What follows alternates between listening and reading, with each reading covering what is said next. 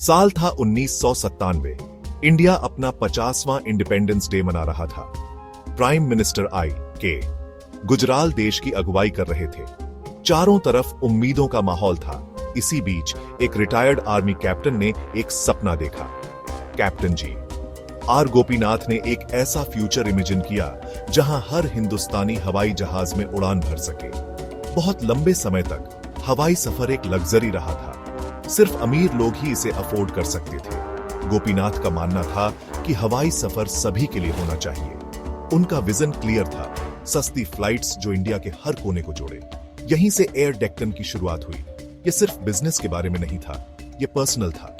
गोपीनाथ आम आदमी के स्ट्रगल्स को समझते थे। उन्होंने सिंपल और पर्पसफुल लाइफ जी थी। अब वो सभी रुकावटों को तोड़कर लोगों को पहले जैसा कभी नहीं हुआ वैसे जोड़ने के लिए दृढ़ थे। कर्नाटक के एक छोटे से गांव में जन्मे गोपीनाथ की जिंदगी साधारण नहीं थी। वो नेशनल डिफेंस एकेडमी में शामिल हुए। उन्होंने इंडियन आर्मी में बहादुरी से सेवा की, जिसमें बांग्लादेश लिबरेशन वॉर भी शामिल है। लेकिन गोपीनाथ का दिल एक अलग तरह की लड़ाई चाहता था। उन्होंने अपना एंटरप्रेन्योरियल स्पिरिट फॉलो करने के लिए आर्मी छोड़ दी। उन्होंने पोल्ट्री फार्म शुरू किया। उन्होंने सिल्क फार्मिंग में हाथ आजमाया।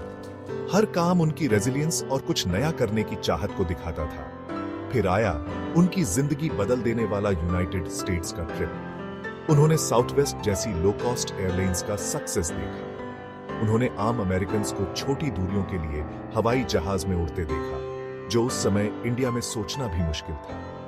एयर डेक्कन का बीज यहीं बोया गया। गोपीनाथ इंडिया वापस एक मिशन के साथ लौटे। उन्होंने अपनी सारी जमा पूंजी अपने सपने में लगा दी।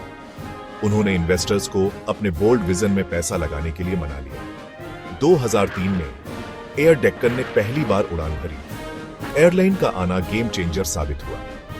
एयर डेक्कन ने बहुत ही कम दामों पर टिकट ऑफर की। जो लोग सिर्फ हवाई जहाज में उड़ने का सपना देखते थे, अब वो उसे पूरा कर सकते थे। आम आदमी को आखिरकार पंख मिल गए थे। एयर डेक्कन का सक्सेस कमाल का था। इसने तेजी से अपने फ्लीट और रूट्स का विस्तार किया। इसने छोटे शहरों को जोड़ा, जिससे आर्थिक मौके बने। गोपीनाथ का सपना हकीकत बन रहा था। इंडियन एविएशन इंडस्ट्री हमेशा के लिए एयर डेक्कन से बदल गई, लेकिन एयरलाइन को चुनौतियों का सामना करना पड़ा।